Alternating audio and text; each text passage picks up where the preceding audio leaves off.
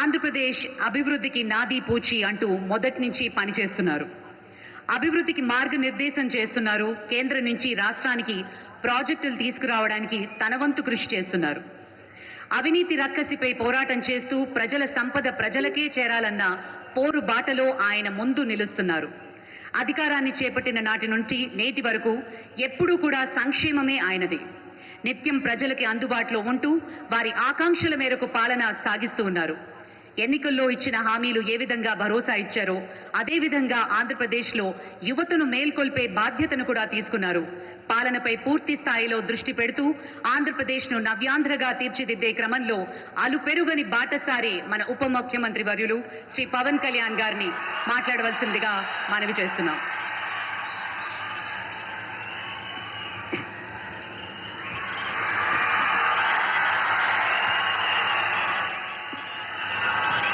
ఒక సదుద్దేశం, ఒక సదాశయం లేకుండా ఒకరు కన్యాకుమారి నుంచి కశ్మీర్ వరకు నడిచిన అది ఒక నిరర్ధకమైన నడకగా చరిత్రలో మిగిలిపోతుంది.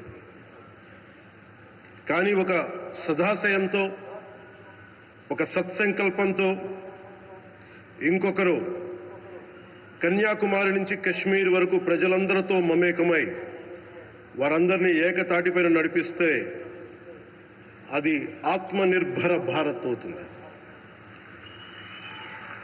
అదే కన్యాకుమారి నుంచి కశ్మీర్ వరకు ప్రజలకి వారి పరిసరాల శుభ్రత యొక్క బాధ్యతను తెలియజేస్తే అది స్వచ్ఛ భారత్ అవుతుంది.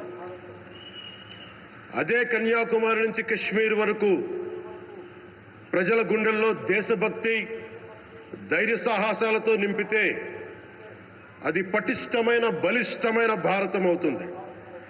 అది ఒక రోజున అఖండ భారతం అయి తీరుతుంది.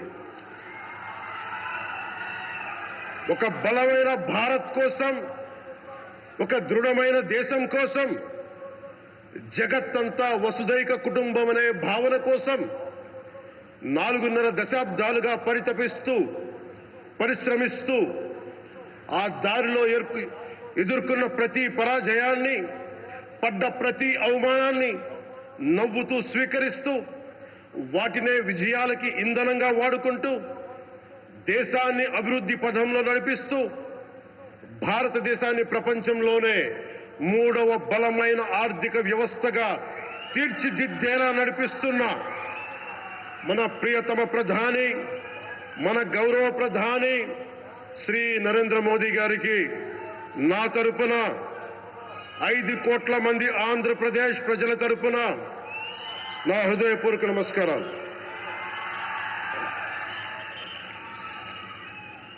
విద్యార్థి నాయకుడిగా రాజకీయాల్లో ప్రవేశించి రెవెన్యూ మంత్రిగా, ఆర్థిక మంత్రిగా మొదలై తెలుగుదేశంకి రథసారథి అయి 4వసారి ముఖ్యమంత్రి అయి తెలుగు ప్రజల్ని అభివృద్ధి పదంలో నడిపిస్తున్న దార్శనికులు, రాజకీయ ఉద్దండులు గౌరవ ముఖ్యమంత్రి శ్రీ నారా చంద్రబాబు నాయుడు గారికి నా హృదయపూర్వక నమస్కారం. తోటి మంత్రివర్గ సహచరులైన ప్రతి ఒక్కరికి, నారా లోకేష్ గారికి, ఎన్డీఏ కూటమి శాసనసభ్యులకి, నాయకులకి, బీజేపీ నాయకులందరికీ పేరు పేరున నా నమస్కారాలు. కార్యకర్తలకి నా హృదయపూర్వక నమస్కారాలు. బీజేపీ నాయకురాలు శ్రీమతి పురంధేశ్వరి గారికి నా హృదయపూర్వక నమస్కారాలు. మా ఎన్డీఏ కూటమికి 164 అసెంబ్లీ స్థానాలు, 21 మంది పార్లమెంట్ సభ్యులనిచ్చి మమ్మల్ని వారి విలువైన ఓటుతో వేసి గెలిచిన ప్రతి ఒక్కరికి ఆడపడుచులకి, అక్క చెల్లెళ్ళకి, పెద్దలకి, పిన్నలకి, యువతులకి, యువకులకి పేరు పేరున నా హృదయపూర్వక నమస్కారాలు. ప్రజలు ఎన్డీఏ ప్రభుత్వాన్ని నమ్మారు, నిలబడ్డారు. అలా నిలబడినందుకే ఈ రోజున మన గౌరవ ప్రధానమంత్రి గారి సారథ్యంలో ఈ ప్రారంభోత్సవాలు కానీ, శంకుస్థాపనలు కానీ, అది దక్షిణ కోస్తా రైల్వే జోన్ కావచ్చు, కృష్ణపట్నం ఇండస్ట్రియల్ పార్క్ కానీ, గ్రీన్ హైడ్రోజన్ హబ్ కానీ, అనకాపల్లి బల్క్ డ్రగ్ పార్క్ కావచ్చు, 6 కొత్త రైల్వే ప్రాజెక్టులు కావచ్చు, వీటన్నిటిని వచ్చే పెట్టుబడి దాదాపు 2,10,000 కోట్ల రూపాయల పెట్టుబడులు, 7.5 లక్షల మందికి ఉపాధి అవకాశాలు. అవినీతితో కూరుకుపోయి ఉపాధి అవకాశాలు లేక, ఉద్యోగ అవకాశాలు లేక విలవిల్లాడుతున్న సమయంలో మీరు నిలబడ్డారు. అందుకే ఈ రోజున ఈ 2 లక్షల పైచిలకు పెట్టుబడితో 7.5 లక్షల ఉపాధి అవకాశాలు లభించి మనందరికీ ఇచ్చినందుకు మనస్ఫూర్తిగా ప్రధానమంత్రి శ్రీ నరేంద్ర మోదీ గారికి చేతులెత్తి నమస్కరిస్తున్నాం. ఇవి కాకుండా కొత్త హైవేల నిర్మాణం, విస్తరణ, అలాగే అమరావతి రాజధానికి పెట్టుబడులు, పోలవరంకి నిధులు, 15th ఫైనాన్స్ కమిషన్ నిధులు కానీ, జల్ జీవన్ మిషన్ కోసం ప్రతి ఇంటికి నీరు, రక్షిత మంచినీరు రావాలి, ఆయన ఆకాంక్ష, ఆయన ఆశయం. మనకు గంట కాదు 24 గంటలు రావాలని పడ్డ తపన ప్రధానమంత్రి గారిది. వీటన్నిటికీ చేయగలుగుతున్నాం, ముందు ప్రారంభించామంటే మీరు మా మీద పెట్టిన భరోసా, మా మీద పెట్టిన నమ్మకం, గౌరవ ప్రధానమంత్రి గారి మీద మీరు చూపించిన నమ్మకం. ఈ రోజున అది 2 లక్షల పైచిలకు పెట్టుబడులుగా ఇక్కడికి వచ్చింది. ఎక్కడో మన మారుమూల గ్రామాల్లో 70 సంవత్సరాల పాలనలో గ్రామాలకి రోడ్డు లేదు. ప్రధానమంత్రి సడక్ యోజన కింద ఈ రోజున మనం మారుమూల గిరిజన గ్రామాల్లో కూడా రోడ్లు వేయగలుగుతున్నామంటే దానికి ముందుండి మాకు వెన్నుతట్టి మాకు నిధులు సమకూరుస్తుంది నరేంద్ర మోదీ గారు.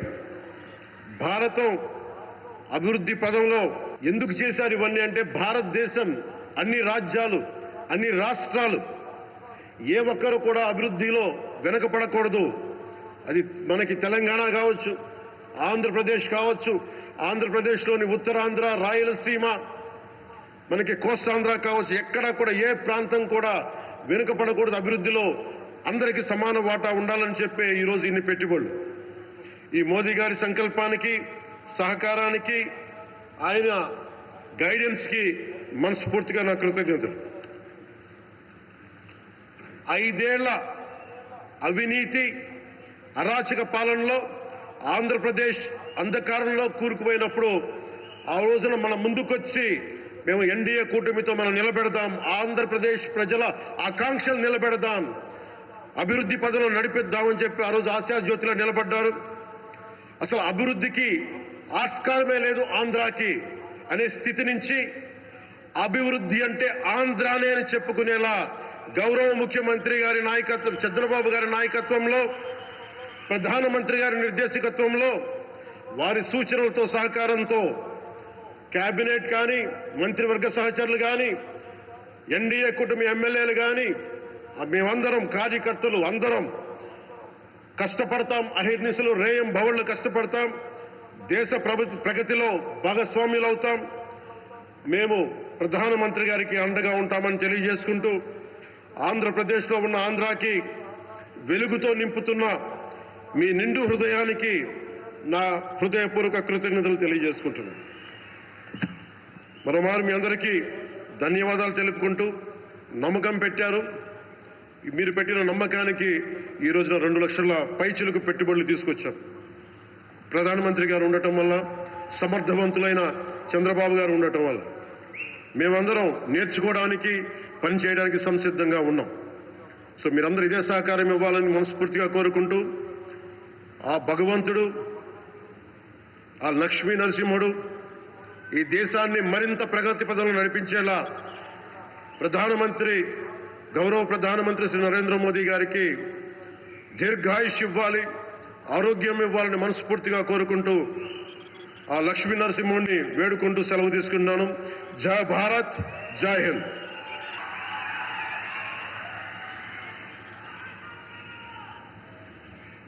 Thank you, sir. Thank you very much.